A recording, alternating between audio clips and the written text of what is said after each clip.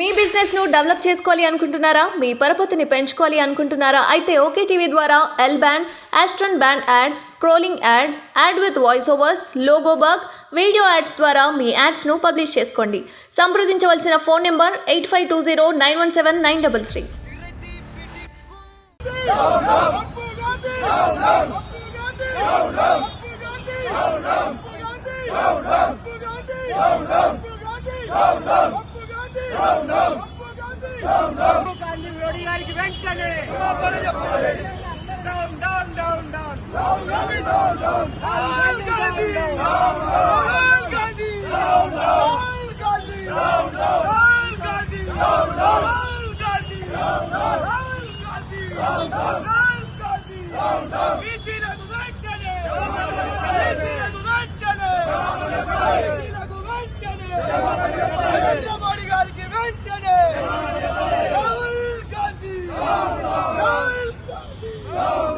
Right, మొత్తానికి అయితే ఈరోజు రాహుల్ గాంధీ దిష్టి బొమ్మను అయితే దహనం చేశారని చెప్పుకోవచ్చు. సార్ చెప్పండి, మెయిన్ రీజన్ ఏంటి సార్?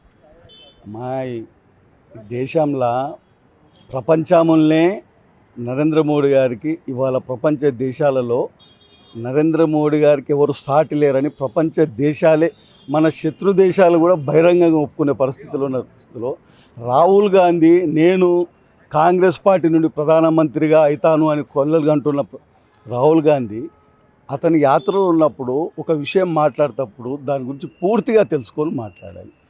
నరేంద్ర మోడీ గారు దేశ ప్రజలను మోసం చేస్తున్నారు అంటున్నాడు. మోసం దేన్నంటారు? ఏదన్నా ఒకరికి మోసం చేసి దానివల్ల లబ్ధి పొందితే దాన్ని మోసం అంటారు. మరి నరేంద్ర మోడీ గారు ఏ విషయంలో మోసం చేసిండో అదన్నా చెప్పాలి. ఏదో బీసీ కాదు అంటాడు. బీసీ కాదంటే ఆ కులం బీసీ కాదని అలా గుజరాత్లో ఉన్నదా? లేకపోతే నరేంద్ర మోడీ గారు వచ్చిన తర్వాత ఒక జియో చట్టం చేసి అసెంబ్లీలో పెట్టి ఇది కాదు నేను బీసీ నన్ను చేసుకున్నాడా? ఆ రోజు ఉన్న కాంగ్రెస్ ప్రభుత్వం ముఖ్యమంత్రే దీన్ని తీసుకొచ్చి అసెంబ్లీలో పాస్ చేసి కేంద్రానికి పంపించింది. అది లిస్టింగ్లో అయ్యింది. దాన్ని పట్టుకొని ఎలాంటి అర్థం లేకుండా ఒక వ్యక్తి ఆ బీసీ కులాన్ని అడ్డం పెట్టుకొని ఉద్యోగం సంపాదించిండా, లేకపోతే ఎడ్యుకేషన్ వల్ల లబ్ధి పొందిండా, లేకపోతే ముఖ్యమంత్రి బీసీ రిజర్వేషన్ చేసినైనా, ప్రధానమంత్రి రిజర్వేషన్ దేశ ప్రజలని ఏ విధంగా మోసం చేసిండు? ఇవాళ దేశంలో బీసీలకు నరేంద్ర మోడీ గారు చేస్తున్నంత సేవ ఏ పార్టీ పరదాకా చేయలే. ఇన్నేళ్ళ మీ చరిత్రలో బీసీలకు ఎంతమంది కేంద్ర మంత్రులు ఇచ్చారు?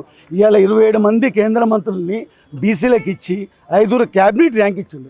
ఇవాళ బీసీలకు వచ్చే పథకాలు చూస్తే దేశ చరిత్రలో ఏ ప్రధానమంత్రి కూడా ఈ బీసీలు బలహీన వర్గాలకు సంబంధించిన ఇంత లబ్ధి పొందే ఎప్పుడు కూడా జరగలేదు.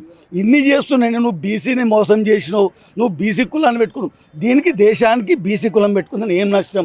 నరేంద్ర మోడీ గారు బీసీలు వచ్చినందుకు ఈ దేశానికి ఏ విధమైన నష్టం జరిగిందో రేపు నేను ఏమో కావాలనుకుంటున్న కలలుగా అంటున్న రాహుల్ గాంధీ చెప్పాలి.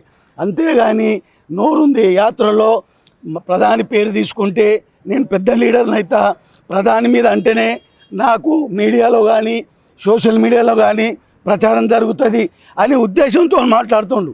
కానీ అసలు నేను మాట్లాడింది మేధావులు కానీ తెలుగు ఉన్న వాళ్ళు కానీ అసలు తెలుగులేగా మాట్లాడుతున్నాడు. ముందే ఆయనకు ఒక పప్పు అని బిడిదిచ్చిండు. అది నిజమని నిరూపించుకోవడానికి ప్రయత్నం చేస్తుంది. దయచేసి ఇప్పటి నుంచి అయినా ఏదైనా మాట్లాడితే సబ్జెక్ట్ ఉంటే తెలుసుకొని ఒకరు పెద్దవాళ్ళ గురించి మాట్లాడేటప్పుడు మాట్లాడితే బాగుంటుంది. ఇలాంటి మాటలు మాట్లాడినందుకు ప్రధానమంత్రికి బహిరంగ క్షమాపణ చెప్పాలని కోరుకుంటున్నాను. ఇంకొక విషయం సార్, ఏదైతే ఇప్పుడు వచ్చే పార్లమెంట్ ఎలక్షన్స్ కోసమే అయోధ్యను అడ్డు పెట్టుకుంటున్నారని కూడా అంటున్నారు. దానికి ఏమంటారు? అమ్మ, అయోధ్యను ఎవరు అడ్డు పెట్టుకోలేదు. ఈ దేశంలో రాముని ప్రేమించిన వాళ్ళు లేరు. రాముని కొత్తగా బీజేపీ చెప్పి ఓట్లు అడుగుతలేదు. రామునికి హిందుత్వానికి దేశ ప్రజలకు ఒక సంబంధం, గట్టి సంబంధం ఉన్నది. వీళ్ళు ఏం చెప్పాలో అర్థం కాక ఈ టైంలో గుడి ఓపెన్ అయింది. గుడి అయినందుకు వాళ్ళు బ్రహ్మాండం, ప్రతి మనిషి హిందూ అన్న ప్రతి ఒక్కరూ దేశంలో ఉత్సాహం చేసుకున్నారు, ఆనందపడ్డారు. మా రాముని గుడి మళ్ళీ నిలబడిపోయింది, మా రాముడు మళ్ళీ వచ్చి అక్కడ ఉండని సంతోషపడితే ఆ స్పందన చూసి ఏం చేయాలో తెలియక ఎన్నికల గురించి చేసిరని ఆరోపణ చేస్తున్నారు. వచ్చే అవకాశం ఉంది సార్ ఇప్పుడు వచ్చే పార్లమెంట్? అమ్మా, ఎన్ని సీట్లు కాదు మాకు